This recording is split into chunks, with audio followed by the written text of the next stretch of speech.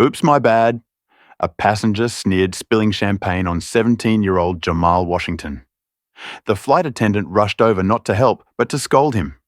As the first-class cabin mocked him on his first-ever flight, they were all oblivious to the woman in dark sunglasses sitting in seat 2D, quietly documenting everything. They saw a powerless boy. They had no idea the woman was Zara Washington, a tech billionaire, the airline's majority shareholder, and Jamal's mother. She was about to stand up, and when she did, the entire plane would be grounded. The morning sun streamed through threadbare curtains as Jamal Washington's alarm blared at precisely 5:30 a.m. He silenced it with a practiced motion, careful not to wake his grandmother Doris in the adjacent bedroom of their modest two-bedroom apartment on Chicago's South Side. Today wasn't just any day. It marked a pivotal moment in his 17 years of life, the beginning of his journey to Stanford University's prestigious summer technology program. Jamal slipped out of bed, his feet finding the cool hardwood floor. The walls of his small bedroom were covered with academic certificates, science fair ribbons, and a carefully preserved acceptance letter from Stanford. Unlike the rooms of most teenagers, there were no posters of celebrities or athletes, just a single-framed photo of a younger Jamal with his mother Zara, taken 10 years ago. As he prepared for his morning shower, Jamal's mind drifted to memories of his childhood. His mother Zara had left Chicago when he was just 7 years old, pursuing an MBA at Harvard Business School. What was supposed to be a temporary separation extended indefinitely as her career took off in Silicon Valley and then internationally. Phone calls, video chats, and occasional gifts marked their relationship over the past decade, with Zara always promising that her sacrifices would eventually create opportunities for Jamal. Meanwhile, Doris had become his rock, raising him with unwavering love and strict discipline. A retired high school mathematics teacher, she had nurtured Jamal's exceptional aptitude for computer science and engineering. Under her guidance, he had maintained a perfect 4.0 GPA, developed 3 mobile apps, and earned a full scholarship to Stanford's exclusive summer program for gifted high school students. After his shower, Jamal found Doris in the kitchen preparing his favorite breakfast: blueberry pancakes with turkey bacon. "Good morning, Grandma," Jamal said, kissing her cheek. "Morning, baby. You sleep okay?" Doris asked, sliding a plate in front of him. "Not really." "Too excited, I guess," Jamal admitted, cutting into his pancakes. "Understandable." "It's a big day," Doris said, her voice containing a hint of something Jamal couldn't quite identify. She seemed to be holding back a smile.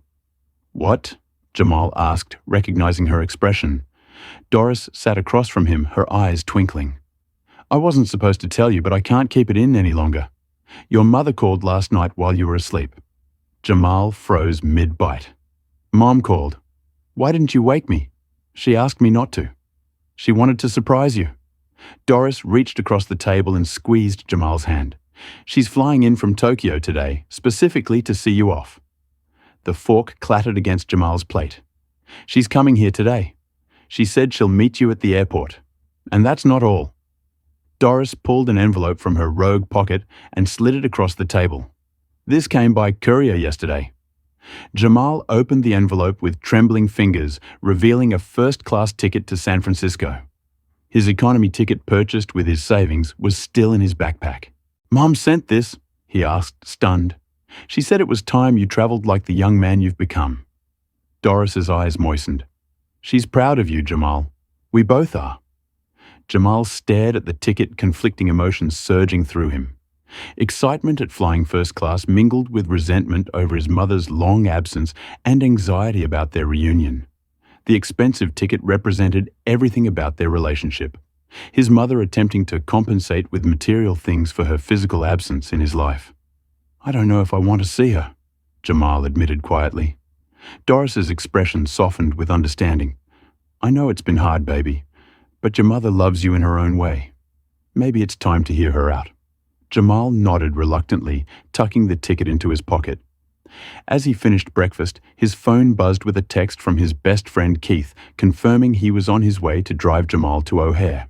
30 minutes later, Jamal stood in the living room with his luggage, taking a final look around the apartment that had been his whole world. His Stanford acceptance package outlined the cultural and racial diversity initiatives they proudly touted. But Keith, who had attended a similar program the previous year, had warned Jamal about the reality. The doorbell rang, and Doris opened it to reveal Keith dressed in his characteristic jeans and Chicago Bulls jersey. "Ready for the big adventure?"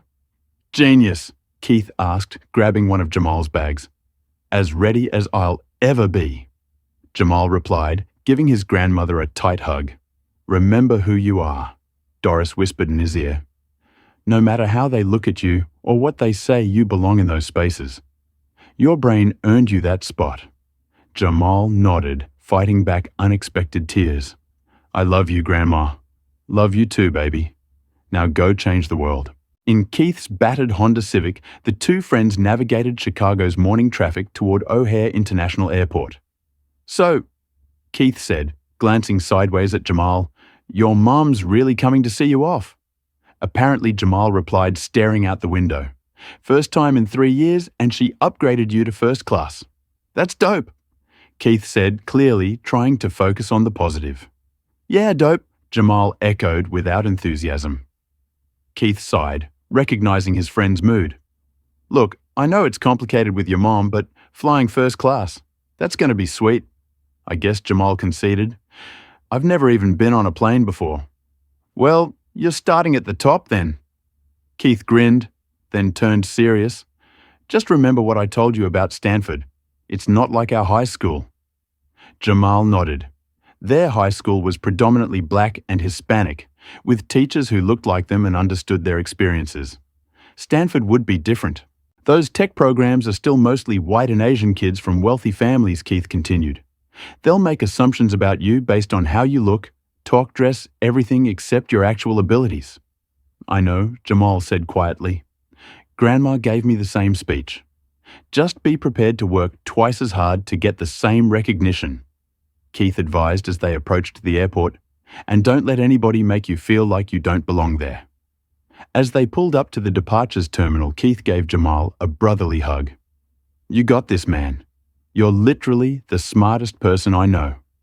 Jamal smiled genuinely for the first time that morning. "Thanks for everything, Keith. Just remember us little people when you're running Silicon Valley," Keith called out as Jamal grabbed his luggage. Jamal waved goodbye, turned toward the terminal entrance, and took a deep breath. He was about to board his first ever flight, meet his long-absent mother, and begin a summer that would shape his future.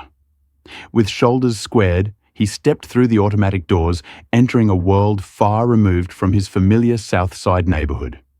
The gleaming expanse of O'Hare International Airport's Terminal 1 swallowed Jamal in a cacophony of announcements, rolling luggage, and hurried conversations.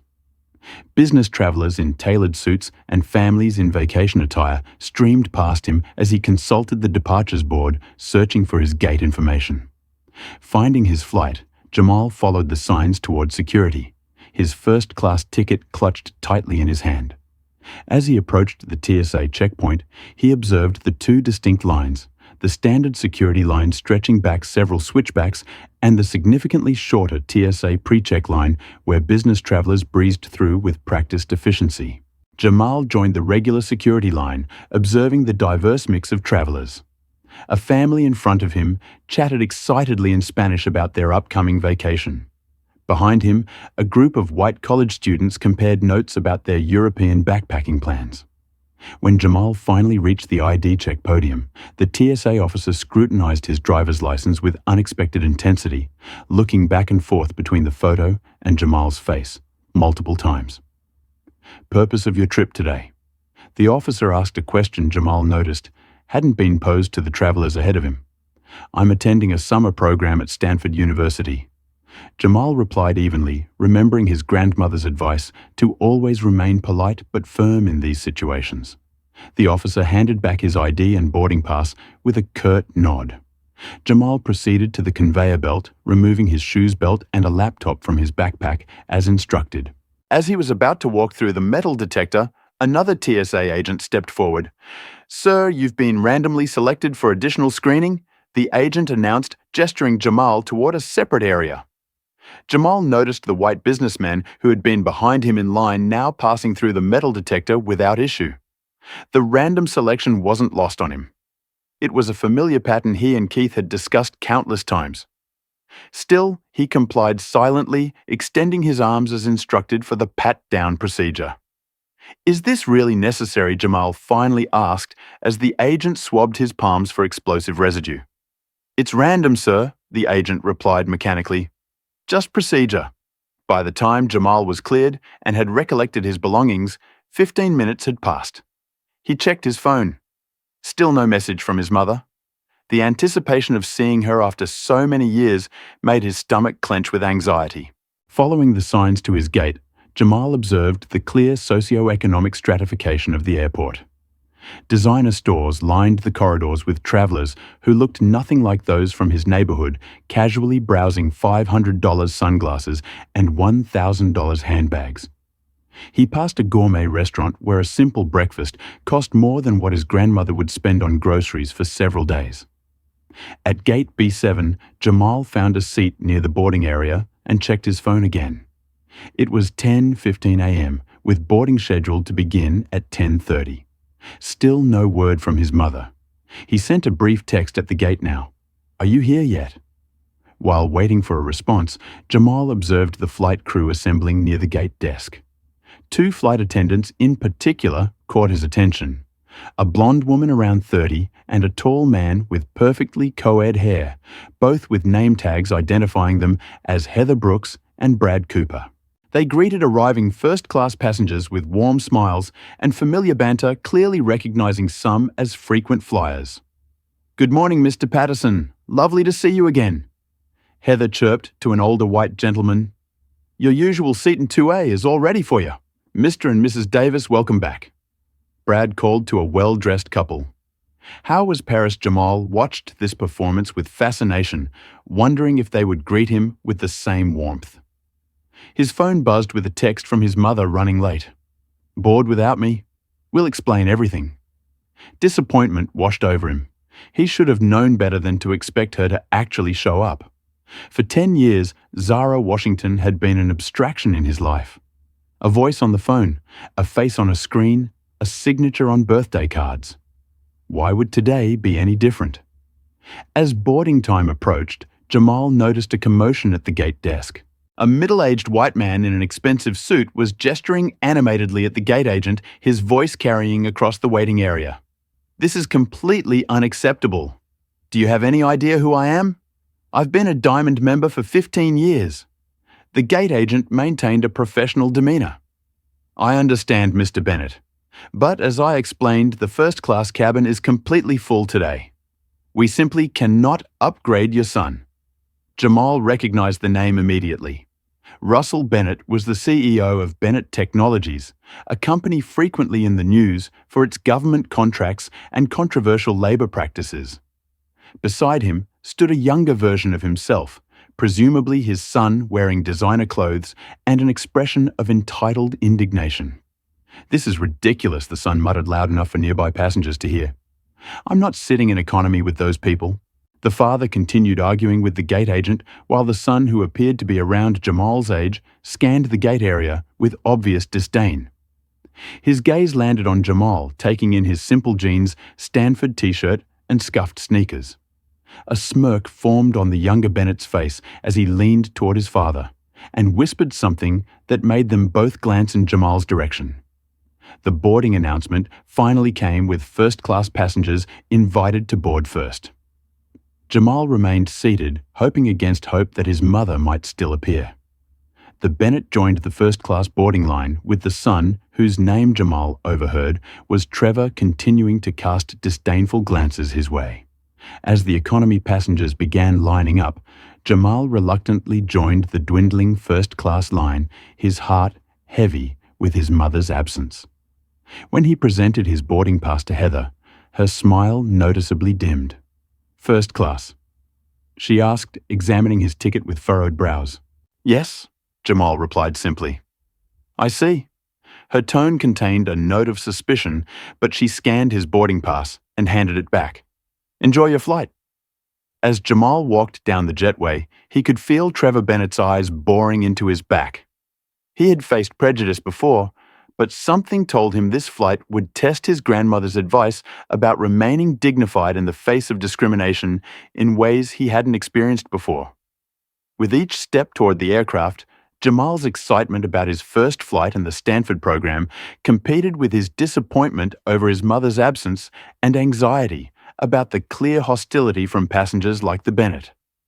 Taking a deep breath, he reached the aircraft door where Brad Cooper waited to greet first-class passengers.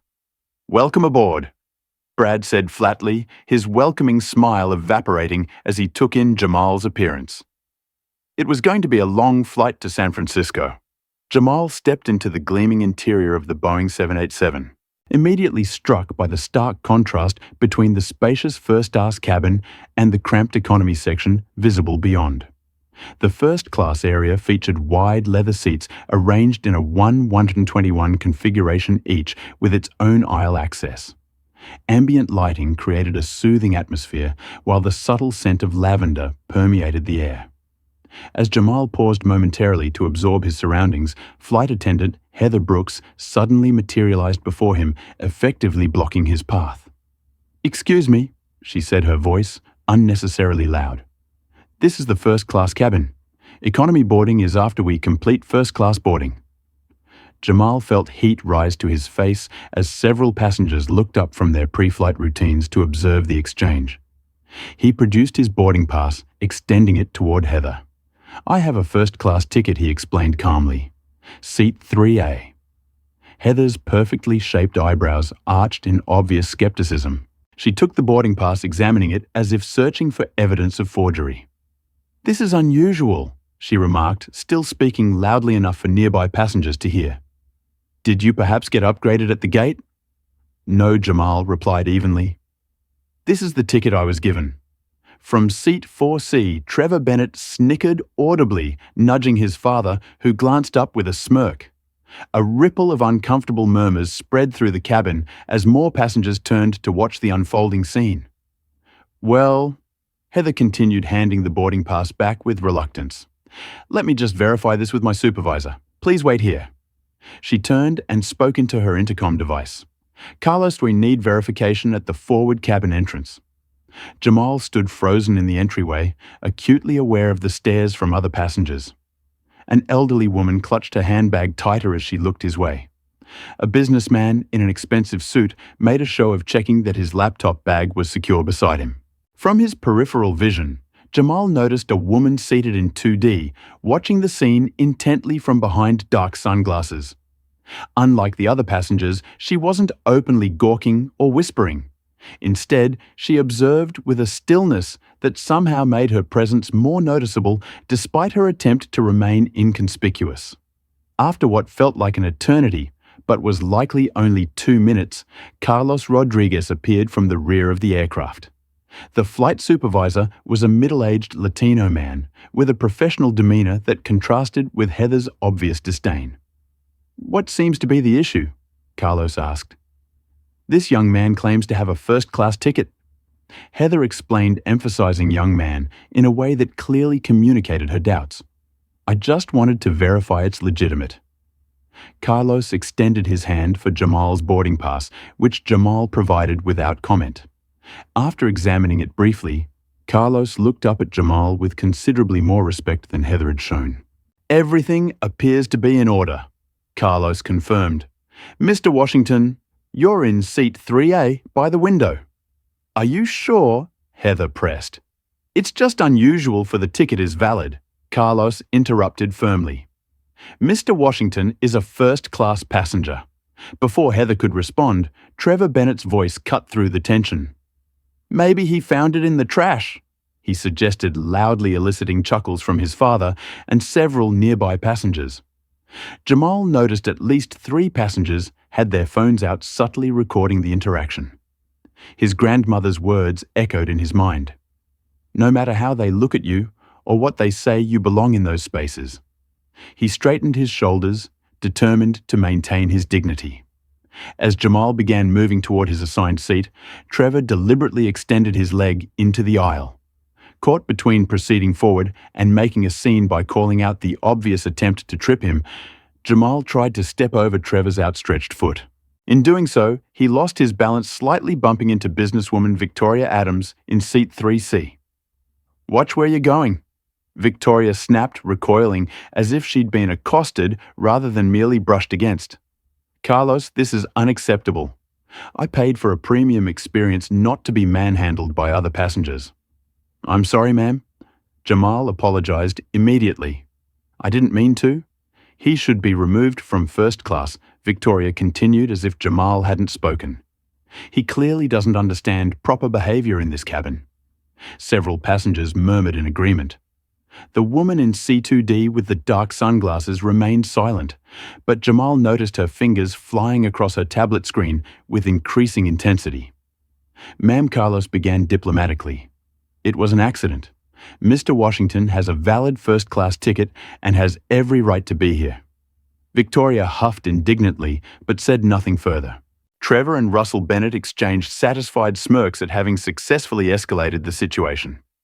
Jamal finally reached seat 3A, stowing his backpack in the overhead compartment and settling into the leather seat.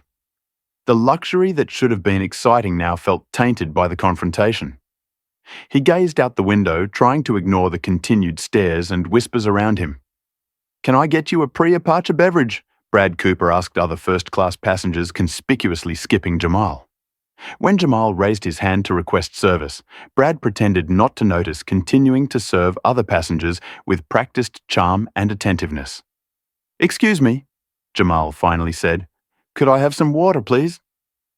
Brad's smile tightened. "We'll be serving all passengers once we reach cruising altitude," he replied curtly before moving on. Jamal noticed the woman in 2D observing this interaction, her expression unreadable behind her sunglasses.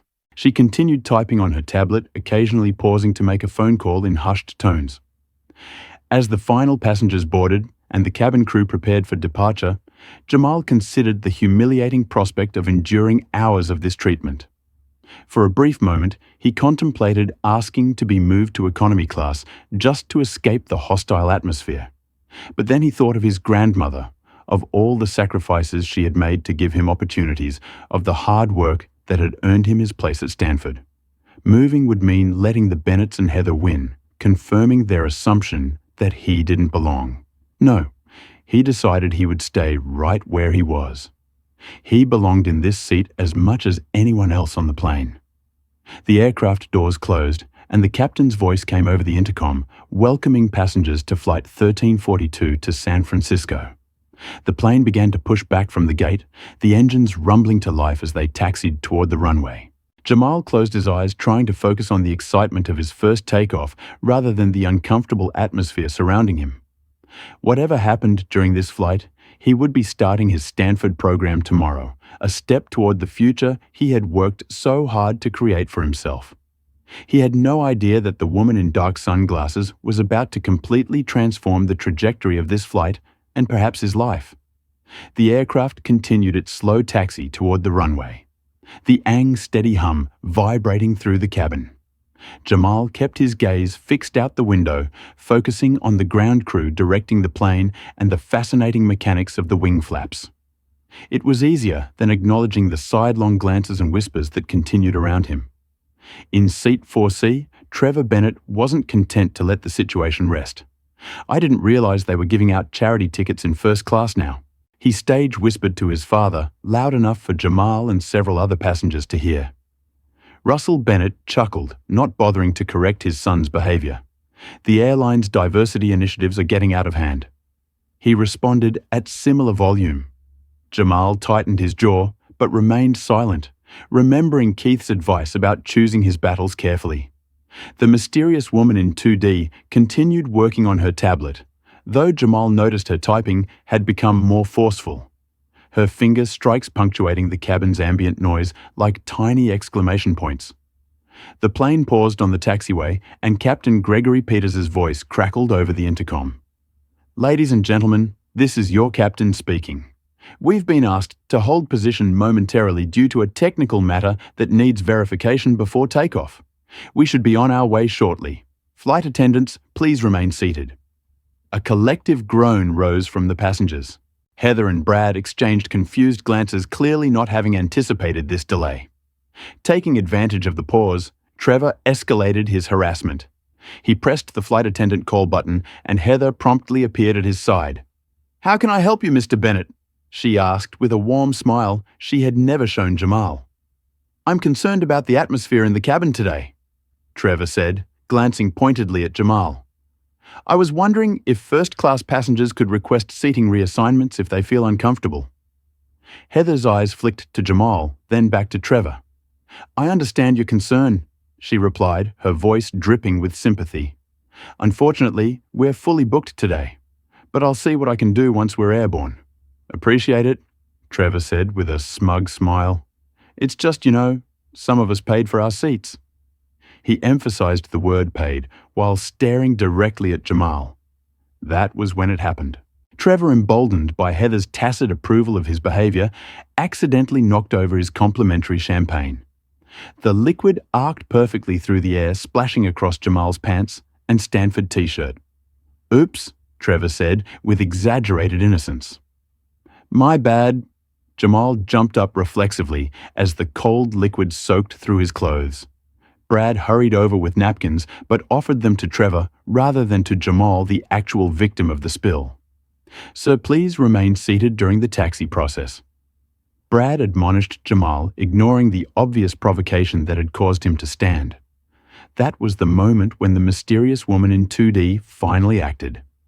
She stood up, removing her dark sunglasses to reveal a face that, while unfamiliar to most passengers, sent immediate shockwaves through the cabin. Russell Bennett's smug expression froze, then melted into one of horrified recognition. "That's enough," the woman said, her voice quiet, but carrying an unmistakable authority that silenced the entire cabin. Simultaneously, the aircraft's engines powered down completely, the sudden absence of their background hum creating an eerie quiet. The woman stepped into the aisle, her designer business suit and commanding presence drawing all eyes. She was tall and elegant, with deep brown skin and piercing eyes that now focused directly on Jamal. "Hello, Jamal," she said softly. Jamal stared at her confusion, giving way to gradual recognition. The photographs and video calls hadn't fully captured her presence, but there was no mistaking those eyes, his own eyes looking back at him. "Mom," he whispered, his voice barely audible. "What do you think about this situation so far? Have you ever experienced or witnessed racial discrimination while traveling?" Comment number 1, if you believe Jamal handled the situation with admirable restraint. Or number 2, if you think he should have been more assertive from the beginning. If you're enjoying this story of justice about to be served, smash that like button and subscribe to our channel for more powerful stories like this one. Now, how do you think Zara Washington will handle this situation? Will she use her power to teach everyone a lesson? Or is there something more meaningful about to happen? Let's find out. The cabin fell into stunned silence as Zara Washington stood in the aisle, her presence commanding attention without effort. For Jamal, time seemed to slow as he processed the reality before him, his mother in the flesh, after years of screens and distance. "I apologize for the deception," Zara said, addressing Jamal directly despite the audience of gawking passengers. "I wanted to surprise you, but my board meeting in Tokyo ran late. I've been watching everything from my seat." Jamal remained frozen champagne, still soaking his clothes as conflicting emotions battled within him. Anger at her long absence warred with relief at her presence, while embarrassment at being the center of attention fought with vindication that someone was finally standing up for him. You were here the whole time," he finally managed. "Yes," Zara confirmed, her expression softening. "I caught a private flight from Tokyo that landed just before boarding began. I wanted to observe you, see the remarkable young man you've become before revealing myself." Her voice caught slightly. "It's been too long, Jamal." Recognition rippled through the cabin as passengers began connecting the dots. Phones emerged to search her name and whispers intensified. "Oh my God, that's Zara Washington, the founder of Zara X Technologies. She's worth like $23 billion, one of the most powerful women in tech." Russell Bennett's face had drained of all color. As CEO of a mid-sized security software company, he undoubtedly recognized one of the most influential figures in the technology industry, a woman whose company had recently been considering acquiring his firm. According to business news Jamal had read online, Trevor's smug expression collapsed into confusion, then horror, as he realized who Jamal was and what he had done. Zara turned her attention to Heather and Carlos, who had hurried forward at the commotion. "I'd like to speak with the captain immediately," she stated, her tone leaving no room for negotiation. "And I want access to the security footage from this aircraft for the past 30 minutes. Ma'am, I'm not sure that's possible during a flight." Carlos began cautiously. "It's entirely possible, Mr. Rodriguez," Zara replied, revealing she had noted his name earlier, "particularly since this aircraft is not going anywhere at the moment." Carlos's eyes widened. "I don't understand. Zariax Holdings owns 43% of this airline's parent company," she explained calmly. "I'm the majority shareholder, and I've just grounded this plane." A collective gasp swept through the cabin. Heather polled visibly, her practiced customer service smile completely abandoned. Furthermore, Zora continued, "I've requested a full investigation into the treatment my son received today. The footage will be reviewed not just by airline management, but by our legal team and the media if necessary." Captain Gregory Peters appeared from the cockpit, his expression a mixture of confusion and concern. "Ms. Washington, I was told you needed to speak with me urgently." "Captain Peters," Zara acknowledged. "Thank you for responding to my directive to halt our departure. I apologize for the inconvenience to your schedule, but we have a serious situation regarding discriminatory treatment of a first-class passenger, my son." The captain glanced at Jamal, taking in the champagne-soaked clothes and the tense atmosphere. "I see. What would you like me to do?" "I would like all passengers to deplane immediately," Zara stated. "This flight will not proceed until certain personnel issues are addressed and a comprehensive customer service training occurs." Captain Peters hesitated only briefly before nodding. "As you wish, Ms. Washington. I'll make the announcement." As the captain returned to the cockpit, Russell Bennett rose from his seat, straightening his tie and adopting his most charming business smile. "Ms. Washington," he began, extending his hand. "Russell Bennett Technologies. What an unexpected pleasure. I believe our companies have been in discussions recently about a potential partnership." Zara regarded his outstretched hand with the same expression one might use when finding something unpleasant on the bottom of a shoe. "Mr. Bennett, I'm well aware of who you are, and you should know that as of 5 minutes ago, when I witnessed your son's behavior and your tacit encouragement of it, your company's proposal was permanently rejected." Russell's hand slowly dropped. "There must be some misunderstanding. Your son was engaging in blatant harassment based on racial prejudice." Zara interrupted, her voice like steel. "And rather than correct his behavior, you participated in it. That tells me everything I need to know about your company's culture and values." Trevor shrunk in his seat, the reality of his actions' consequences beginning to dawn on him. The partnership his father had been pursuing for months, a deal potentially worth millions, was now dead because of his behavior. The captain's voice came over the intercom. "Ladies and gentlemen, due to unforeseen circumstances, we need all passengers to deplane at this time.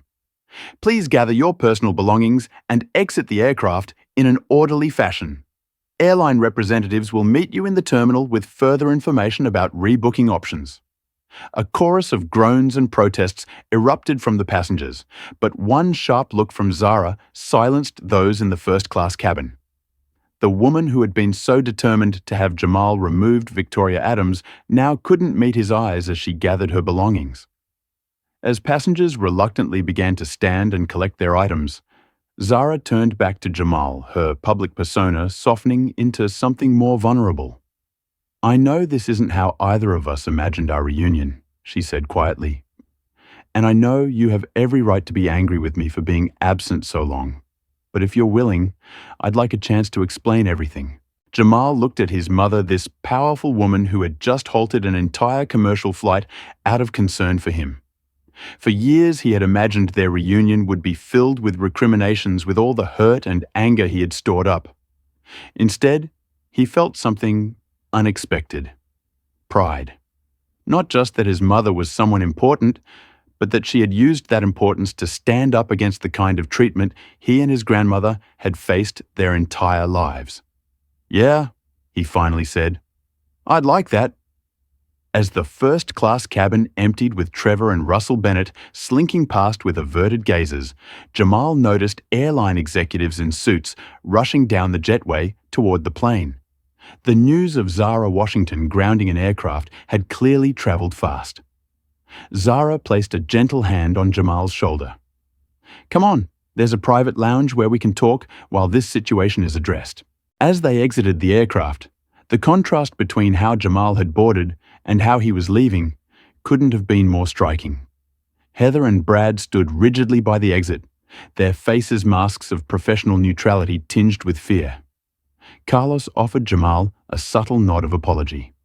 In the terminal, chaos had erupted as displaced passengers congregated around the gate desk, demanding explanations and alternative arrangements. Airline staff appeared overwhelmed until a distinguished man in an immaculate suit arrived, flanked by several assistants. "M. Washington," he called, hurrying toward them. "Frank Thompson, CEO, I just flew in from headquarters.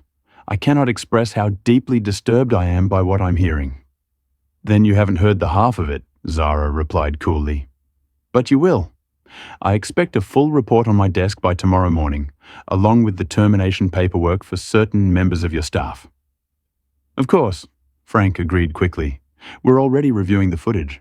"This is not representative of our airline's values, isn't it?" Zara challenged. "Because from what I observed, it seemed very systematic. While the adults talked, Jamal felt overwhelmed by the sudden attention and drama. What should have been a simple flight to San Francisco had turned into a public spectacle. And while part of him appreciated his mother's intervention, another part felt uncomfortable with the spotlight and display of power. Needing a moment to process everything, Jamal quietly stepped away from the group, moving toward a quieter corner of the terminal. His mind raced with questions about his mother, about what all this meant for their relationship, and about how the day's events would affect his arrival at Stanford. One thing was certain, this was not how he had imagined his first flight would go. And as airline officials scrambled to address his mother's demands, Jamal wondered if the cost of this vindication, the public exposure, the appended travel plans of hundreds of passengers, was worth it. His grandmother had always taught him that dignity came not just from standing up for yourself, but from how you treated others in the process. As he watched his mother holding court with airline executives, Jamal realized that for better or worse, his low-profile journey to Stanford had just become considerably more complicated. The airport terminal transformed into a scene of controlled chaos as passengers from Flight 1342 congregated in confused, irritated clusters. Airline staff scrambled to set up impromptu rebooking stations, their faces tense with the pressure of managing an unprecedented situation. Security personnel discreetly positioned themselves throughout the area, responding to the unusual nature of the flight cancellation. In a secluded corner of the terminal, Jamal sat on a leather couch in the airline's premium lounge, which had been hastily cleared of other patrons. Through the glass walls, he could see the continuing commotion, feeling oddly disconnected from the disorder he had inadvertently helped create. Across from him, Zara ended a brief phone call, her third since they'd entered the lounge. "The board has been informed," she said, setting her phone down and focusing her full attention on Jamal for the first time. "They support my decision completely." Jamal nodded, still processing the whirlwind of events. "All those people," he said, gesturing toward the terminal, "their plans are ruined because of what happened to me." Zara studied her son thoughtfully. "They're inconvenienced, not ruined. The airline is arranging alternative flights, hotel accommodations if necessary, and substantial compensation. More importantly, this is about something bigger than one flight." Before Jamal could respond, the lounge door opened and Frank Thompson entered with two other executives in tow. The airline CEO's forehead glistened with nervous perspiration despite the terminal's air conditioning. Ms. Washington, Mr. Washington. Frank acknowledged them both with differential nods. We've arranged alternative transportation for everyone. Premium customers are being rebooked on flights departing within the next 3 hours, while others will leave this evening or tomorrow morning. And the crew, Zara inquired pointedly. Frank cleared his throat. Heather Brooks has been suspended pending investigation. Brad Cooper has received a formal warning. Carlos Rodriguez, who attempted to intervene appropriately, will continue his duties on another flight. That's a start, Zara replied, her tone making it clear she expected more comprehensive action. And the security footage being compiled as we speak. Our legal team will have it within the hour. Frank hesitated before continuing. Ms. Washington, while we deeply regret the treatment your son received, I must express concern about the scale of the response. Grounding an entire aircraft is unprecedented. Zara's expression hardened. So is having my son publicly humiliated and discriminated against while your staff either participated or stood by. Which do you think will cost your airline more in the long run, Frank? The expenses of rebooking passengers or the class action discrimination lawsuit and public relations disaster that would follow if I release the footage of today's events to the media, Frank polled visibly. Of course, we're taking this extremely seriously. As the executives retreated from the lounge, Jamal turned to his mother. Was all this really necessary? Zara's professional facade softened. You tell me, Jamal, was this the first time you've experienced this kind of treatment? Jamal thought back to countless random security check store clerks following him through aisles, teachers expressing surprise at his academic achievements, police officers approaching him and Keith for simply existing in certain neighborhoods. Each incident had been manageable in isolation, each one something his grandmother had taught him to handle with dignity. But their cumulative weight had shaped his life in ways he rarely articulated. No, he admitted quietly. It happens all the time. But usually I just deal with it. That's what they count on, Zara replied, leaning forward. They count on people like us just dealing with it because making a scene is too costly, too exhausting, too risky. But sometimes, Jamal, someone needs to say enough. Through the glass walls, Jamal noticed Russell and Trevor Bennett being escorted to a rebooking desk by an airline representative. Trevor's earlier arrogance had evaporated, replaced by a sullen, defeated posture. Russell's phone was pressed to his ear, his gestures growing increasingly agitated as he presumably dealt with the fallout from Zara's rejection of his company's partnership proposal. Your actions affected more than just Heather and Brad. Jamal observed. Mr. Bennett's company. Bennett Technologies has been pursuing a security integration partnership with Zorax for months, Zara confirmed. Their proposal was under serious consideration until today. Now it's not because of how they treated me, because character matters in business. Jamal, how people behave when they think no one important is watching tells you everything about how they'll conduct themselves as partners. Russell Bennett revealed his true character today, and so did his son. The lounge door opened again, admitting a distinguished older man in a pilot's uniform, Captain Peters. He approached with a respectful demeanor. Ms. Washington, Mr. Washington, he greeted them. I wanted to personally apologize for what occurred on my aircraft. As captain, the safety and dignity of all passengers is ultimately my responsibility. Thank you, Captain, Zara acknowledged. I appreciate your professionalism in handling an unusual situation. A new crew has been assigned to fly Mr. Washington to San Francisco. As soon as he's ready, Captain Peters continued. A private aircraft can be arranged if preferred. Before Zara could answer, Jamal interjected. What about the other passengers? Will they be okay? The captain seemed surprised by Jamal's concern, but answered readily. Yes, sir. Everyone is being accommodated. Many have already been rebooked. After Captain Peters departed, Zara regarded her son with obvious pride. That's what I missed, she said softly. Watching you grow into someone who cares about others, even when they didn't care about you. Jamal shifted uncomfortably under her gaze. Grandma taught me that she did an amazing job. Zara acknowledged a note of something like regret coloring her voice. A commotion outside the lounge drew their attention. The terminal's relative calm was disrupted as airline executives skewed toward the main entrance where news crews were setting up cameras. Word of the incident had apparently reached the media. That was fast, Jamal remarked. Anxiety building at the thought of becoming a news story. Information travels quickly when a billionaire grounds a commercial aircraft, Zara replied dryly. But don't worry, our PR team is managing the narrative. And what narrative is that? Jamal asked, suddenly wary. The truth that this airline has a discrimination problem that was exposed today and that Zarex Holdings expects immediate corrective action. Just then, the lounge door opened again, and a striking woman in a sharp suit entered purposefully. Ms. Washington, we're ready for your statement whenever you are, she announced. Zara nodded, then turned to Jamal. Jamal, this is Patricia Alvarez, our Chief Communications Officer. Patricia, this is my son Jamal.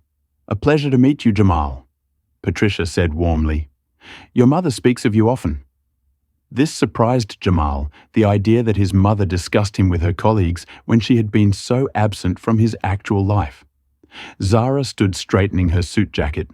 I need to address this publicly, Jamal. Would you like to join me? The question caught Jamal off guard. The thought of cameras, microphones, and public scrutiny made his stomach clench. Yet part of him recognized the opportunity to speak to an experience that millions of young black men faced daily. I don't think so, he decided finally. This is already bigger than I wanted it to be. Zara nodded, respecting his choice. I understand. Wait here. We have a lot to talk about when I'm done. As his mother left with Patricia, Jamal watched through the glass as they approached the media gathering. Within moments, Zara transformed into the poised, articulate business leader whose TED Talks and interviews Jamal had watched countless times online, always searching for glimpses of the mother behind the public persona.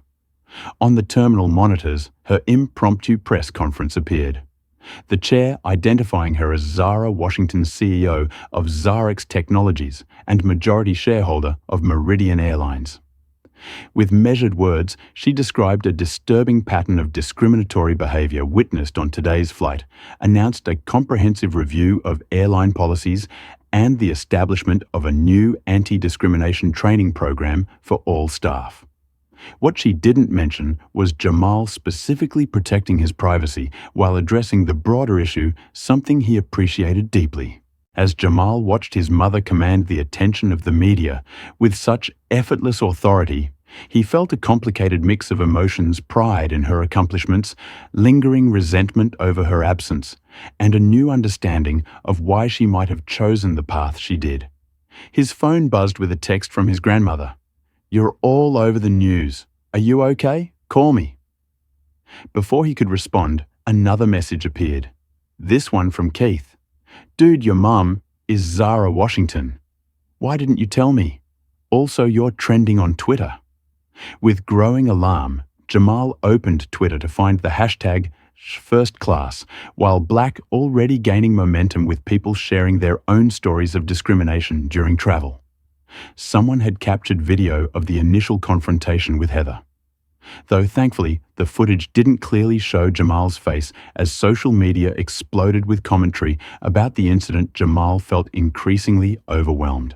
What had started as personal humiliation was rapidly becoming a national conversation about race privilege and corporate responsibility. While he recognized the importance of that conversation, he hadn't planned on becoming its catalyst. Needing space to process everything, Jamal slipped out of the lounge while his mother was still engaged with the media. Finding a quiet corner of the terminal far from the commotion, he sat alone watching travelers hurry past, each absorbed in their own journeys, unaware that the young man observing them had just inadvertently sparked what would likely become a viral movement. For the first time since boarding the plane, Jamal had a moment to reflect on the day's extraordinary events. In less than 3 hours, he had experienced public humiliation, witnessed his long-absent mother's dramatic intervention, and now found himself at the center of a rapidly developing news story about racial discrimination. All he had wanted was to fly to Stanford and begin his summer program. Now he wondered how this incident would affect his experience there. Would he arrive preceded by his viral moment rather than his academic achievements? Would this define him before he even had a chance to define himself? As these thoughts swirled through his mind, Jamal's phone buzzed again. Another text from his grandmother. Remember who you are. Not what happened to you. Not who your mother is. You. I'm so proud of you. Somehow, across hundreds of miles, Doris Washington had known exactly what her grandson needed to hear. The afternoon sun streamed through the tall windows of the airport terminal, casting long shadows across the polished floor. Jamal had found refuge in a quiet corner near an unused gate, away from the media circus still surrounding his mother's impromptu press conference. His phone continued to buzz with notifications, which he had eventually silenced after responding to his grandmother and Keith. There you are. Jamal looked up to find Zara approaching, having somehow slipped away from the reporters. She had removed her suit jacket, appearing slightly less formidable without it, more like the mother from his childhood memories. Sorry, he said. I needed some space. I understand. Zara settled beside him on the bench, maintaining a respectful distance. This is a lot to process, especially on what was supposed to be an exciting day for you. Silence stretched between them. 10 years of absence condensed into a heavy pause. Why did you leave? Jamal finally asked the question he had carried since age 7, tumbling out before he could reconsider. Zara didn't flinch from the directness of his query. The simple answer: to build something that would ensure you never had to face the limitations I did. The complicated answer: because I was terrified of failing you by staying. She turned slightly to face him. When your father abandoned us before you were born, I was 22 with nothing but a computer science degree and a mountain of student debt. My first 3 job interviews, I was the only black woman in the building. In 2 of them, the interviewer suggested I'd be more comfortable in customer service than engineering. Jamal listened, trying to reconcile this vulnerable narrative with the commanding woman who had grounded an airplane hours earlier. I started a small consulting business from your grandmother's spare bedroom, Zara continued. By the time you were 5, it had grown enough that venture capitalists were interested. But they made it clear I needed to be in Silicon Valley, working around the clock, projecting a certain image to be taken seriously. So you chose the business over me, Jamal stated flatly. Zara winced. I thought I was choosing both our futures. I believed creating generational wealth and influence was the best way to protect you in a world that she gestured toward the terminal where the incident had occurred. A world that treats young black men the way you were treated today. I didn't need wealth or influence, Jamal replied, his voice quiet but firm. I needed my mother. You're right. Zara acknowledged, her composure cracking slightly. Your grandmother told me the same thing countless times, but I convinced myself that building Xarax wasn't just ambition. It was a form of love, creating a legacy that would open doors for you that had been closed to me. Before Jamal could respond, Frank Thompson approached, his expression grave. Ms. Washington, we've completed our preliminary review of the incident, he reported. Heather Brooks has been terminated, effective immediately. We're also implementing your suggested changes to our training protocols. And the young man who deliberately spilled his drink on my son, Zara inquired. Frank shifted uncomfortably. As he's not an employee, there's little formal action we can take, though he and his father have been placed on our no-upgrade list permanently. That's not enough, Zara stated flatly. It's enough, Jamal interrupted. Both Frank and Zara looked at him with surprise. What happened to me today happens to people who don't have billionaire parents every day. Fixing the system is more important than punishing Trevor Bennett. Frank nodded respectfully at Jamal. We're announcing a comprehensive anti-discrimination initiative that will include passenger conduct guidelines. If you're amenable, we'd like to consult with you both on its development. After Frank departed, Zara regarded her son with newfound appreciation. That was gracious of you.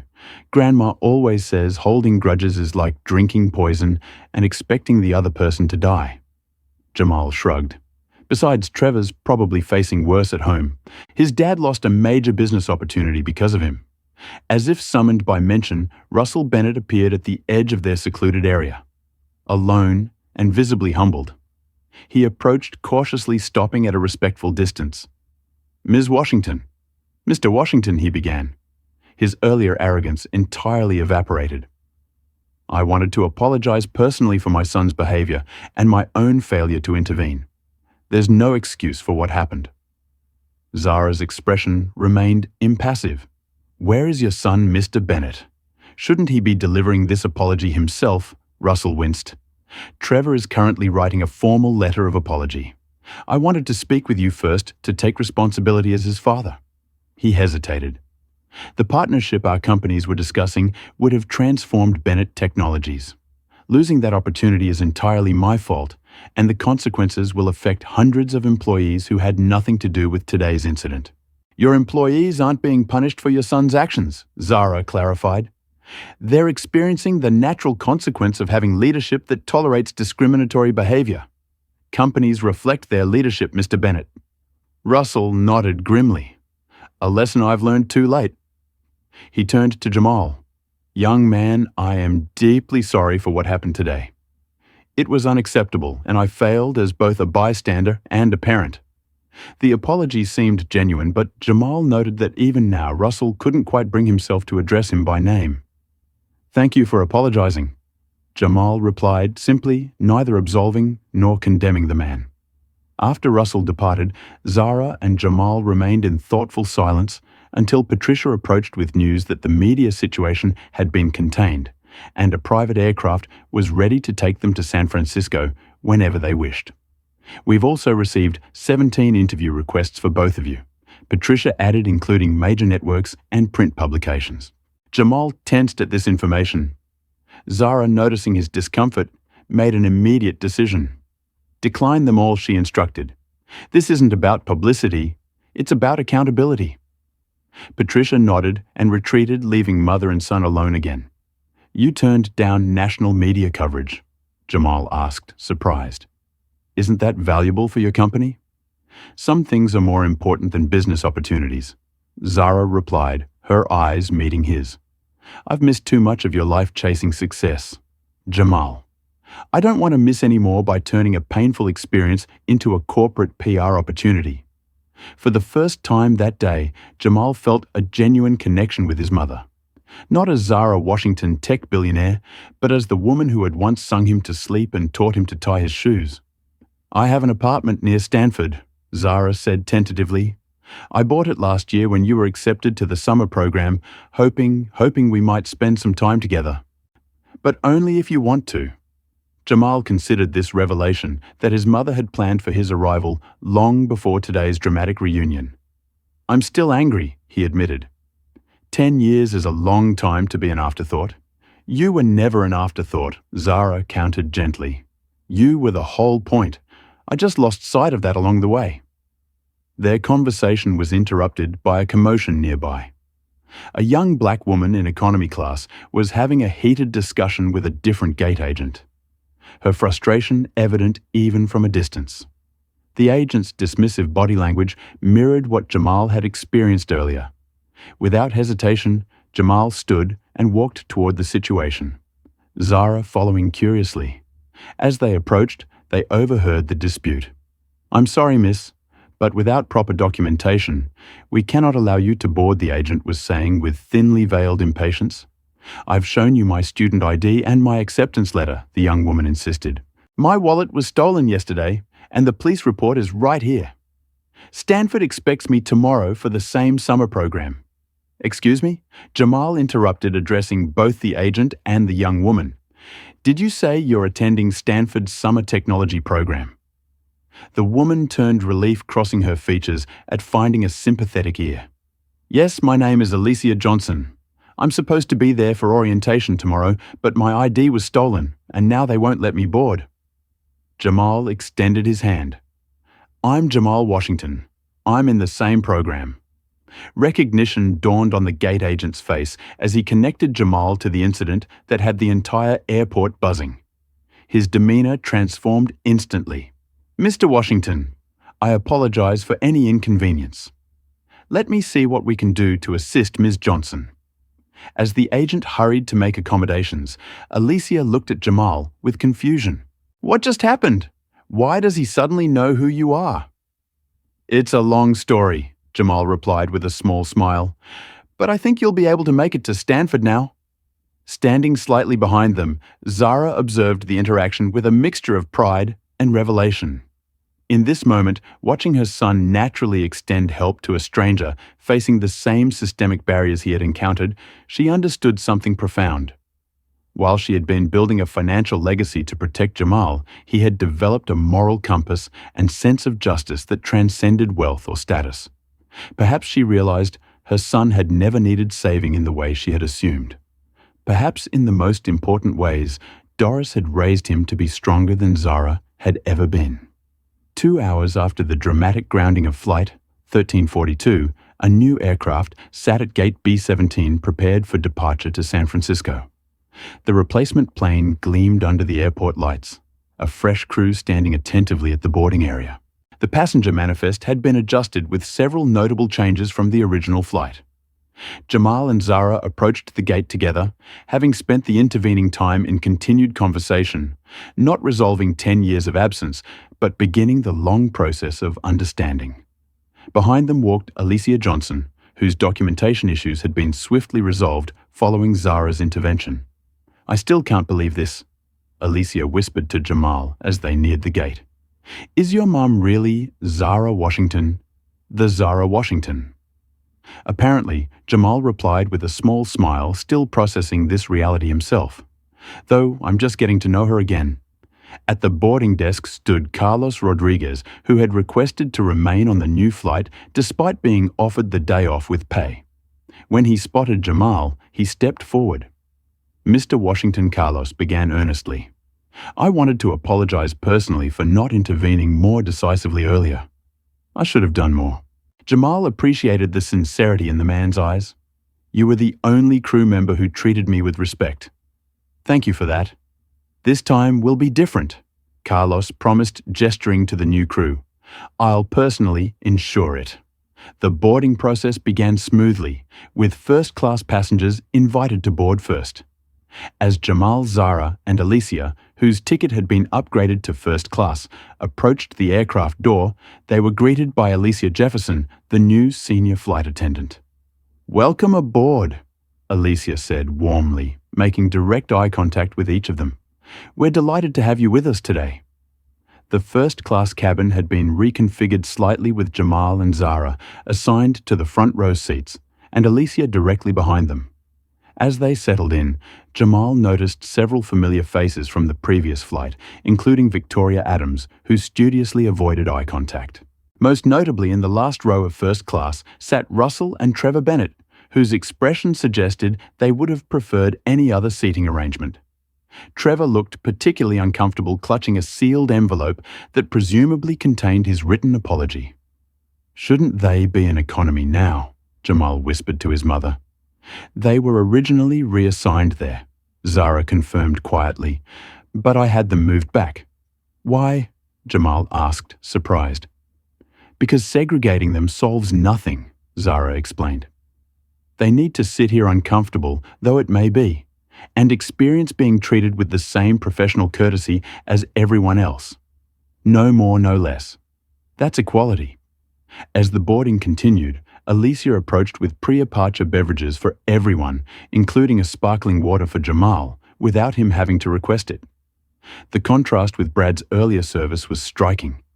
"Ms. Washington," Alicia said discreetly, "Captain Monroe would like to speak with you briefly before takeoff if you're available." Zara nodded and followed Alicia to the cockpit, leaving Jamal momentarily alone. In her absence, Trevor Bennett hesitantly approached, clutching his envelope like a shield. "Jamal," he began awkwardly, using his name for the first time.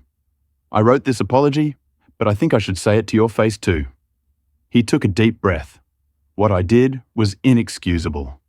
I was showing off trying to impress my father and the other passengers at your expense. It was racist cruel, and I'm truly sorry." Jamal studied Trevor's face, searching for the sincerity behind the words. The arrogant smirk from earlier had vanished, replaced by genuine remorse. "Why?" Jamal asked simply. "You don't know me. What made you think it was okay to treat another person that way?" Trevor's face flushed with shame. Honestly, I've never had to think about it before. I've always been the most important person in any room. At least that's what I was taught. He glanced back at his father, who was watching the interaction tensely. Today was the first time I've ever faced consequences for how I treat people. That's a privilege in itself, Jamal observed without malice. Some of us face consequences for other people's assumptions before we even open our mouths. Trevor nodded slowly, the concept clearly new to him. I get that now, or at least I'm starting to. He extended the envelope. Anyway, I wrote everything down. And for what it's worth, I'm sorry about the Stanford program too. What about it? Jamal asked, taking the envelope. You're in the advanced coding track, right? That's where I was assigned to. It's going to be awkward seeing each other every day after this. Jamal hadn't considered this possibility that Trevor would be in the same program, potentially the same classes. The summer he had been looking forward to suddenly seemed complicated in new ways. As Trevor returned to his seat, Zara reappeared from the cockpit. "Everything okay?" she asked, noticing the envelope in Jamal's hands. Trevor apologized. Jamal explained. "Apparently we're in the same program at Stanford." "I see," Zara replied thoughtfully. "That will be interesting." As the boarding completed and the cabin doors secured, Captain Monroe's voice came over the intercom, welcoming everyone aboard and specifically thanking passengers for their patience during the earlier disruption.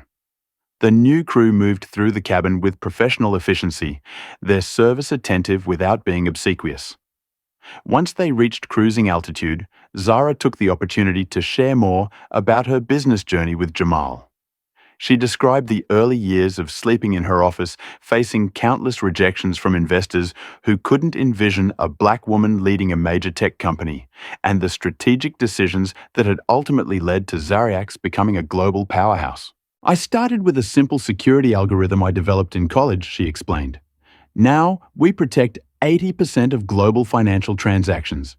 Every time someone swipes a credit card anywhere in the world, our technology likely safeguards that information." "That's impressive," Jamal acknowledged sincerely. "But what about the personal cost?" Zara's expression softened. "That's the question I've been asking myself more frequently lately. Building Zariax consumed me so completely that I justified every sacrifice, including time with you, as necessary for success. It wasn't until about 2 years ago that I realized success felt hollow without sharing it with you." "What happened 2 years ago?" Jamal asked. "I had a health scare. Nothing serious in the end, but it forced me to consider my legacy beyond business achievements. I realized I'd created financial security for you, but sacrificed our relationship in the process. That's when I started making changes, scaling back my direct involvement in day-to-day operations and planning for this summer." Their conversation was interrupted as Victoria Adams approached tentatively from her seat. "Excuse me," she began addressing both of them. "I wanted to apologize for my behavior earlier." It was inexcusable. Zara regarded her coolly. "Your apology would be more appropriately directed to my son, Ms. Adams." Victoria turned to Jamal. "You're right. I'm truly sorry, Mr. Washington. When you accidentally bumped into me, I reacted based on assumptions and biases I didn't even realize I held. There's no excuse for how I treated you." Jamal acknowledged her apology with a nod, but offered no absolution. Victoria retreated to her seat, clearly uncomfortable with the interaction's unresolved nature. "You didn't make it easy for her," Zara observed. "Should I have?" Jamal countered. Her apology was about making herself feel better, not about understanding the harm she caused. Zara smiled slightly. "You're wiser than I was at your age."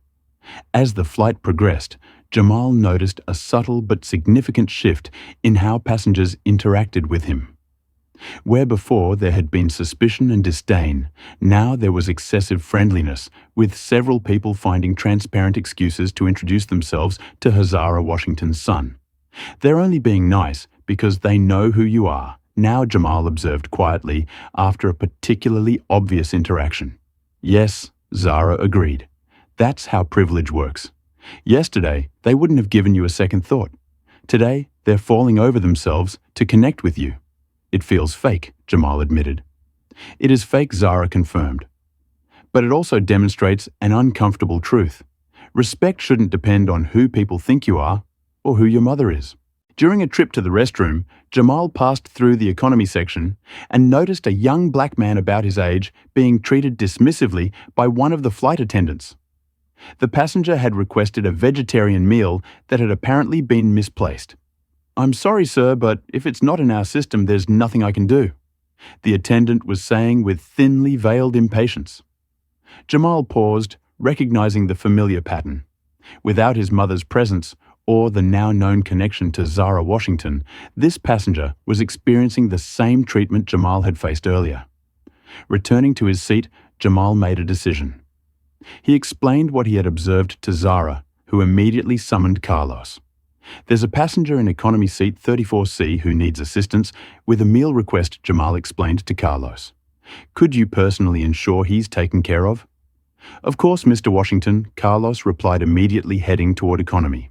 Later, as the flight began its descent into San Francisco, Jamal reflected on the day's extraordinary events. What had begun as simple excitement about his first flight and anxiety about the Stanford program had transformed into a complex reckoning with privilege racism and family reconciliation. Looking at his mother, who was reviewing emails on her tablet, Jamal made another important decision about their relationship moving forward. One that would shape not only his summer at Stanford, but potentially the rest of his life. The aircraft descended through wispy clouds, revealing the stunning panorama of the San Francisco Bay Area below. Golden Gate Bridge stretched majestically across the water, while the iconic skyline emerged through the afternoon haze. For Jamal, who had never ventured west of Chicago, the view was breathtaking, a visual representation of the new world he was about to enter. "Beautiful, isn't it?" Zara commented, noticing her son's awe. "It's like something from a movie." Jamal replied, his face pressed against the window.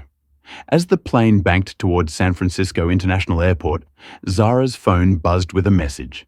She frowned slightly as she read it. "Is something wrong?" Jamal asked. "Not wrong exactly," Zara replied, choosing her words carefully. "But there are reporters waiting at the terminal. Word of today's events has spread faster than anticipated." Jamal's stomach tightened. "Reporters for me, for us," Zara clarified. "Our PR team has arranged for private transportation to bypass the main terminal," but she hesitated. "This is your story too, Jamal. If you want to speak about what happened today, that's your right." The aircraft touched down smoothly, taxiing toward the gate as passengers prepared for deplaning. Captain Monroe's voice came over the intercom, thanking everyone for flying with them and extending special appreciation to Jamal and Zara Washington for their patience during unusual circumstances. As the seatbelt sign dinged off, Alicia approached their row. "Ms. Washington." "Mr. Washington, we've arranged for you to deplane first. There will be representatives waiting to escort you through a private exit." Jamal gathered his backpack, mind racing as he considered his mother's words. This was his story too. For years he had lived in the shadow of his mother's absence, managing discrimination and microaggressions with the quiet dignity his grandmother had taught him. Today's incident wasn't unique. What made it extraordinary was that, for once, there had been consequences for the perpetrators. How many other young men like him faced similar treatment daily with no recourse? How many Heather Brookses and Trevor Bennett never faced accountability for their actions? "I want to make a statement," Jamal decided suddenly. Zara looked surprised, but nodded respectfully. "Are you sure? Once you step into the public eye this way, it's difficult to step back." "I'm sure," Jamal confirmed. "Not for me, but for everyone who doesn't have a billionaire parent to ground planes on their behalf." As they deplaned, Carlos discreetly handed Jamal a business card. "My personal contact information," he explained. "If you ever need anything while traveling, please don't hesitate to call." What happened today has opened my eyes too. Jamal pocketed the card with a nod of thanks. As they walked through the jetway, he could see airline representatives waiting anxiously at the gate. Beyond them, through the terminal windows, camera flashes and a cluster of reporters were visible. Patricia Alvarez met them at the gate entrance. "We've prepared a statement if you'd like to use it," she offered, extending a tablet toward Zara. "Thank you, but I believe Jamal has something of his own to say." Zara replied, surprising her PR chief. Patricia turned to Jamal with professional interest. We can arrange security to keep the reporters at a comfortable distance, and you can decline any questions you're not comfortable answering. Jamal appreciated the consideration but shook his head. I want to speak directly to them. No filters, no corporate messaging. As they approached the media gathering, Jamal felt a surge of nervousness, but reminded himself of his grandmother's words. Remember who you are. With that thought anchoring him, he stepped forward to the impromptu press area. Camera flashes intensified as reporters recognized Zara, their questions overlapping in a chaotic jumble, until Jamal raised his hand, surprising them into a momentary silence. My name is Jamal Washington. He began, his voice steady despite his racing heart. Today, on what should have been a routine flight to begin a summer program at Stanford University, I experienced something that's unfortunately all too familiar to many Black Americans. The reporters grew quiet, sensing the authentic story unfolding before them rather than the prepared corporate statement they had expected. I was questioned, mocked, and humiliated for simply occupying space in first-class space I had every right to occupy. What makes my story unusual isn't that it happened. It's that, for once, there were consequences. Jamal glanced at his mother, drawing strength from her supportive presence before continuing.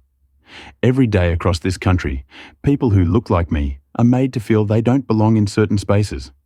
Restaurants, stores, neighborhoods, boardrooms, and, yes, first-class cabins.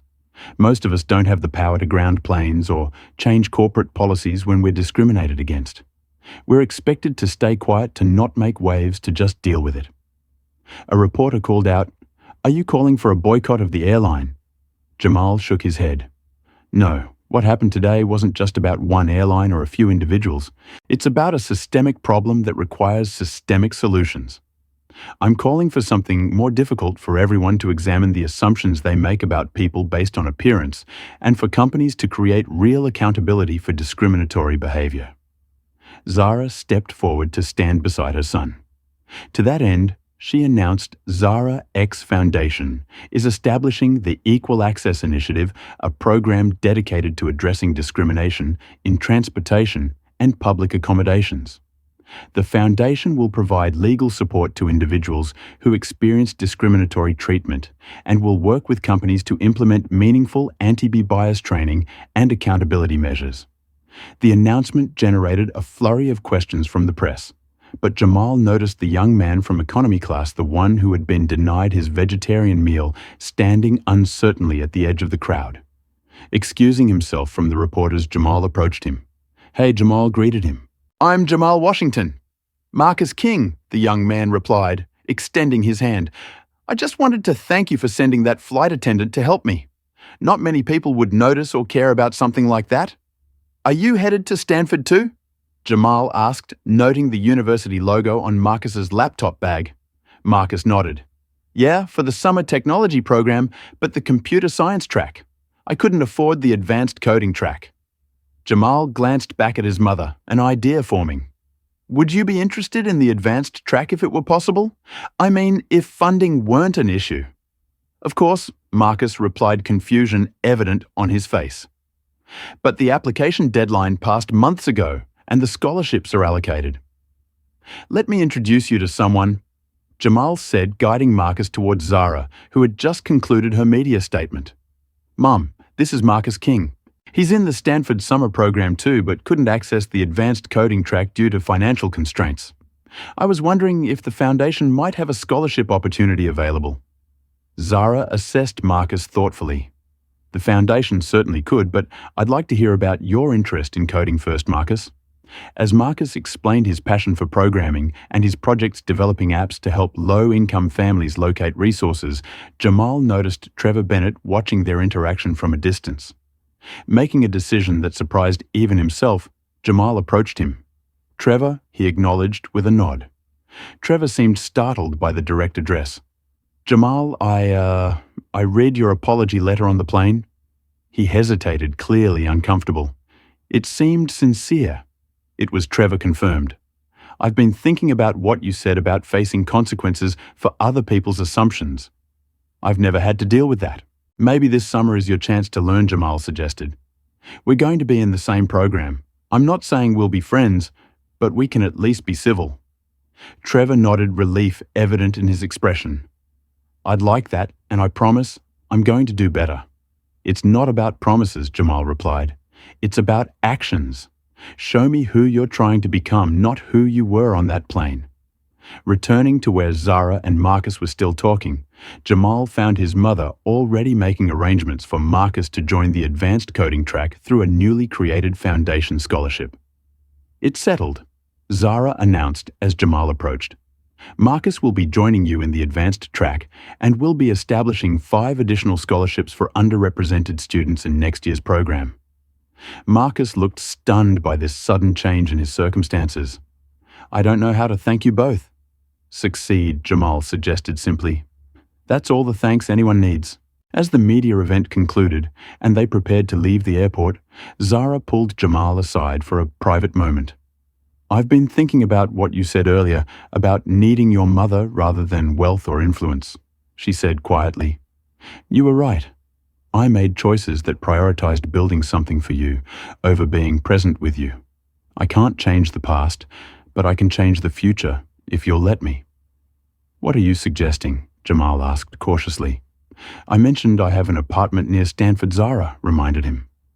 What I didn't mention is that I've also opened a new research campus for Zariacs in Palo Alto. I'm relocating here permanently, not just for the summer. Jamal's eyes widened in surprise. You're moving to California. Because of me, because it's time to be your mother again. Not just your benefactor, Zara clarified. I've missed 10 years, Jamal. I don't want to miss anymore. If you're willing, I'd like us to have dinner once a week during your program. No pressure, no grand gestures, just getting to know each other again. The simple request. So human, so normal compared to the day's dramatic events touched Jamal deeply. This wasn't Zara Washington tech billionaire making a power move. This was his mom asking to have dinner with her son. I'd like that, he agreed softly. As they exited the terminal, Jamal's phone buzzed with another text from his grandmother. He opened it to find a news headline. Airline announces new anti-discrimination policy following incident. Below the headline was a picture of Jamal speaking to the reporters looking confident and composed. The accompanying message from Doris read, "See what standing your ground can accomplish. So proud of you, baby. Call me when you're settled." Jamal smiled, showing the message to Zara. Grandma always knows what to say. She raised an extraordinary young man, Zara acknowledged. I have a lot to thank her for. As they climbed into the waiting car that would take them to Stanford, Jamal looked out at the California landscape so different from the Chicago streets he knew. Today had been a day of confrontation, revelation, and new beginnings. What had started as a humiliating experience had transformed into something powerful, not just for him personally, but potentially for countless others who faced similar discrimination without recourse. Tomorrow, he would begin his summer program at Stanford armed with new knowledge about himself, his mother, and the power of standing firm in the face of injustice. And perhaps most importantly, he had taken the first steps toward rebuilding a relationship that had been fractured for too long. As the car pulled away from the airport, Jamal reflected on how quickly life could change. This morning, he had been a teenager from Chicago's South Side, flying alone for the first time. Now he was at the center of a national conversation about race and privilege with a reunited mother and a platform to effect real change. His grandmother had always told him that life's most difficult moments often preceded its greatest opportunities. Today had certainly proven her right. What would you do if you were in Jamal's position? Would you have handled the discrimination differently? Or do you think his approach, dignified but firm, was the right one? If you've experienced or witnessed similar situations, share your thoughts in the comments below. Don't forget to like this video if you found Jamal's story inspiring. Subscribe to our channel for more powerful true stories of overcoming adversity and share this video with someone who needs to hear this message today. Thank you for watching, and remember, Sometimes the most powerful response to injustice is simply refusing to accept it as normal. This powerful story reminds us that discrimination often thrives in spaces where accountability is absent. When Jamal boarded that plane, he entered a microcosm of society where assumptions based on appearance determined how he was treated. What transformed this everyday incident of racism into something extraordinary wasn't just Zara's intervention, but her ability to create immediate consequences for discriminatory behavior. The story teaches us that standing firm in spaces where others question your belonging is an act of courage. Jamal's initial dignity in the face of humiliation, followed by his thoughtful decision to speak publicly rather than retreat into privilege, demonstrates true leadership. He recognized that his unusual position of power created an opportunity to advocate for those without similar protection. We also learned that privilege operates invisibly until disrupted. The passengers who mocked Jamal or silently condoned his mistreatment only recognized their behavior as problematic when confronted with Zara's status. True change requires acknowledging these unconscious biases rather than defending or dismissing them. Perhaps most importantly, the story reveals how systems protect those who discriminate until forced to change. Meaningful transformation demands more than apologies or diversity statements. It requires structural accountability and consequences that previously didn't exist. When organizations create real costs for discriminatory behavior, what once seemed unchangeable can shift remarkably quickly. What would you do if you witnessed discrimination like what Jamal experienced? Would you speak up or stay silent? Share your thoughts in the comments below about how you might handle a similar situation if you saw it happening to someone else. Have you ever been in a position where you had to stand up against unfair treatment based on race or appearance? Your stories could help others find courage in difficult moments. If this story moved you or made you think differently about everyday discrimination, please hit that like button to help more people discover it. Subscribe to our channel for more powerful stories that illuminate social injustices and the courageous people confronting them. And if you know someone who needs to hear this message, perhaps a friend who's experienced similar treatment or someone who might benefit from examining their own assumptions, share this video with them today. Thank you for watching and being part of a community that believes in dignity and respect for everyone regardless of appearance or background. Remember, sometimes the most important change begins with a single person refusing to accept injustice as normal.